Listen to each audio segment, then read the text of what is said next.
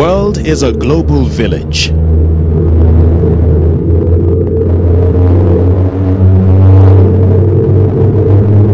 Millions of people across the world move outside their native countries to seek for better opportunities. Hundreds of Ugandans have also migrated abroad to seek greener pastures.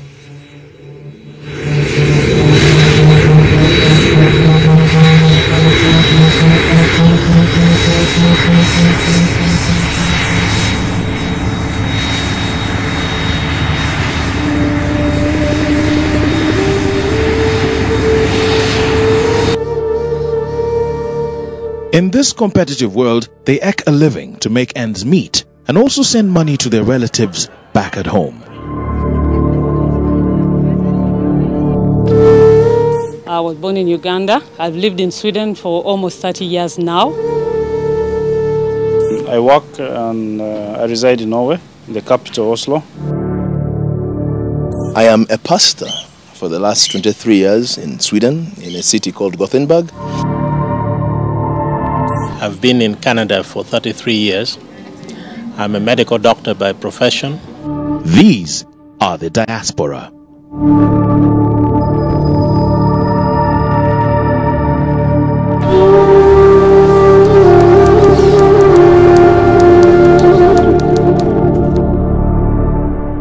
Statistics with the Bank of Uganda showing the remittances from the diaspora. Right now, it's over $1 billion per annum. The latest we had was 1.3 billion. So this is good income. It's number 3 next to agricultural products and tourism. But how is this money spent? And the feasibility study came out with a number of results.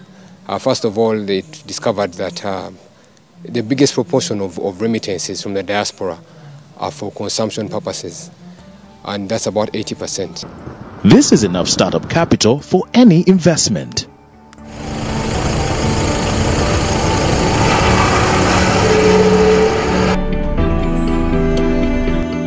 In order to harness these resources, the government deemed it fit to guide the diaspora community in investing back at home. A diaspora department was created under the Ministry of Foreign Affairs. The Diaspora project in the Ministry of Foreign Affairs, funded by UNDP, started off in 2012. Since then, we've had a number of successful components of the project. So our role was to create this environment that is conducive for them to contribute even more, such that this can also benefit the country in a more broad manner. For starters, UNDP redesigned the ministry's website to bridge the gap between the diaspora community and their home country. They gave us consultants who were able to redesign our website to make it user-friendly and attractive. A well-packaged compendium of investment and business opportunities was also produced by Uganda Investment Authority with the support from UNDP.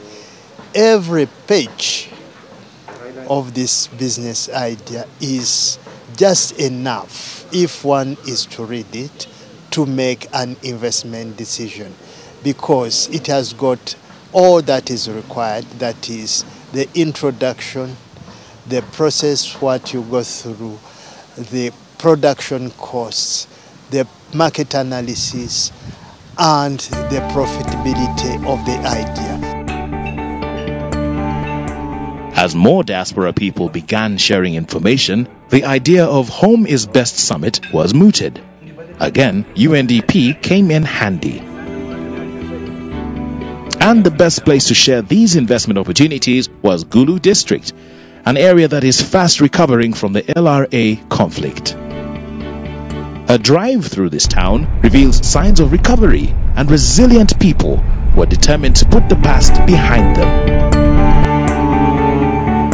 At the summit, a collection of entrepreneurs, academicians, politicians, and people with smart ideas gathered. It is time to unveil investment opportunities through powerful presentations. Make a decision. If you are going to live in Europe in your retirement, plan accordingly and invest in Europe. If you are going to live in Uganda for your retirement, plan and invest in Uganda appropriately. Projects to invest in, as I said, are many, but we have a blockage in our minds, most of us. Many of you still deal with informal transactions. I want to appeal to you to avoid informal transactions. I'm glad the Executive Director, Uganda Wildlife Authority, is here. I want to insist that he approves my application so that I'm able to put up another safari lodge at the depot. My application is on your desk. The other challenge you people have is short-termism. A person comes here for 1 month and thinks they will do everything in that 1 month, including visiting all their relatives. And of course, thank God it's Friday. There is no way you can do serious investment on short term. Why haven't we set in partnership with these universities specialized research institutes, such as Avocado Institute? Do you know that Uganda produces the best avocado? And do we know the value chain of avocado? How come the Miss Tourism here use products from abroad? Why haven't we, for example, set up the Shea Butter Institute? You see me here, you will never be able to judge and tell me my age. Why? I eat shea butter. I dress shea butter. I use shea butter. Diaspora involvement in national development will be very useful in providing employment and livelihoods for regions such as northern Uganda, for marginalized and vulnerable groups such as women and youth who need capital, resources, and mentoring. I can really say I've learned a lot. And this is the best summit here in Gulu that I've ever been on. I sat down and I listened, and I feel like I've got all my questions answered. So I'm so grateful for UIA, for UNDP, and what you have done to make this thing possible. It is now our responsibility to build up our nation, to build up Africa. Africa is on the move, and we are missing out when we are abroad. And the message starts to sink in. Bank of Uganda comes in to explain the primary dealer's shared gateway, an online platform to invest in government securities. So the approach that we've used is to first of all attract the diaspora into investing in the usual government of Uganda securities. As they invest, we'll start monitoring them. As we monitor them and we see how much money they're investing, when they get to a point where there's a critical mass, then we'll move on to phase 2, which is having a normal local government of Uganda securities with a diaspora component. The Bank of Uganda has been very instrumental with the security bonds. We have made them in Sweden, and I'm glad you have also made them in Gulu. Uganda Investment Authority has been very, very informative, educative, and it gave us a spectrum that you get all the information you need. You can walk through the offices without any bureaucracy. Out of the summit, potential investors have been created. We need around 300 acres of land to begin with. We want to plant trees. The idea is to plant trees so we can start what we call a paper and pulp factory. Now we have got the technical advice and consultants in Sweden who want to work with us, and we're looking forward to work with the UIA, Uganda Investment Authority, and the government to see that we can procure land and invest. The fruits of this project can be seen among Ugandans who decided to come back home and invest.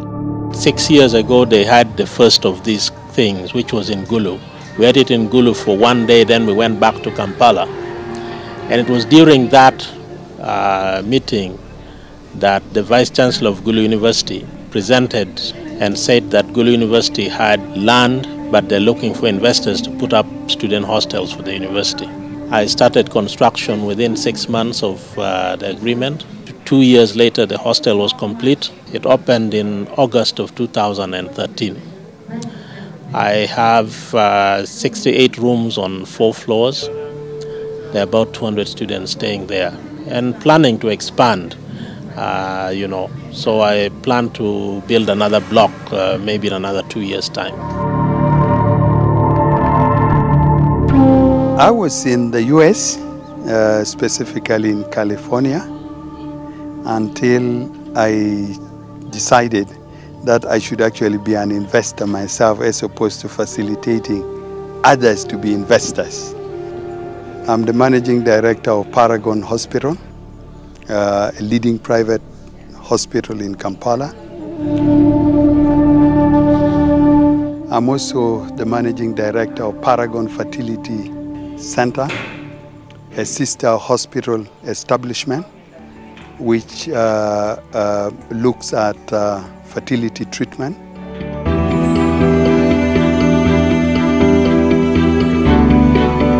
I'm the managing director and owner of Heritage Safari Lodge. This is a new safari lodge that we have just commissioned in Musician Falls National Park. I'm also the managing director of Pagoda Guest House, which is in Gulu.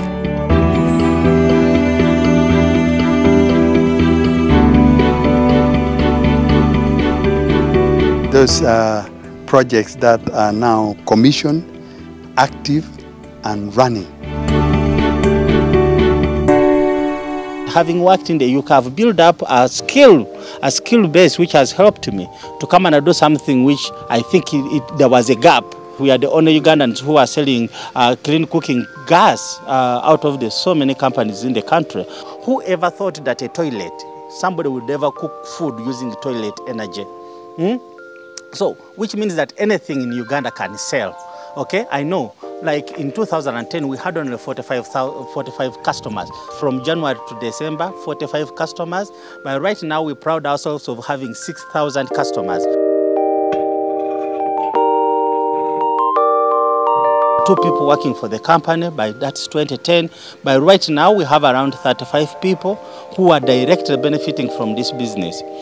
Besides investments, the diaspora would like to participate in the social and political arena of their country. I would strongly recommend that Electoral Commission does consider that idea of online voting. I think the political process has to agree on that, and we hope that other countries are doing it and can do it. And it's part of the ongoing of the development and implementation of diaspora policy. To that effect, UNDP facilitated the process of drafting the National Diaspora Policy, which is before Cabinet. Once this policy is approved at the appropriate level, they should be able to take it forward. They should put in place mechanisms for actually rolling out the policy, seeing that the policy provisions are implemented. The Foreign Policy Review, which looks at Uganda's relation with the rest of the world, was also completed. We have embarked on Foreign Policy Review of Foreign Affairs, including the focus on the role of the diaspora in development. That foreign policy document is ready with the foreign policy framework and the draft foreign policy. The Diaspora Resource Mobilization and Utilization Project is a vehicle of change that has created successful investors to take Uganda to another level of development. The environment currently is better enabled. There is an institutional arrangement at the Ministry of Foreign Affairs. There is a compendium of investment that can give them direction on where to invest in the country. However, there are still some challenges that need to be addressed. In 2012, when we bid for a job, lost it, the person who won the contract I thought was somebody more capable than us. His biggest asset was that he knew he had friends there. People whom we spoke to, they said, we told you. We said that there's a lot of corruption in Uganda. You will lose your money. And indeed, we lost it. But we didn't give up because we had now started understanding how it works. The rate at which the world is developing, whose responsibility is it to develop Uganda?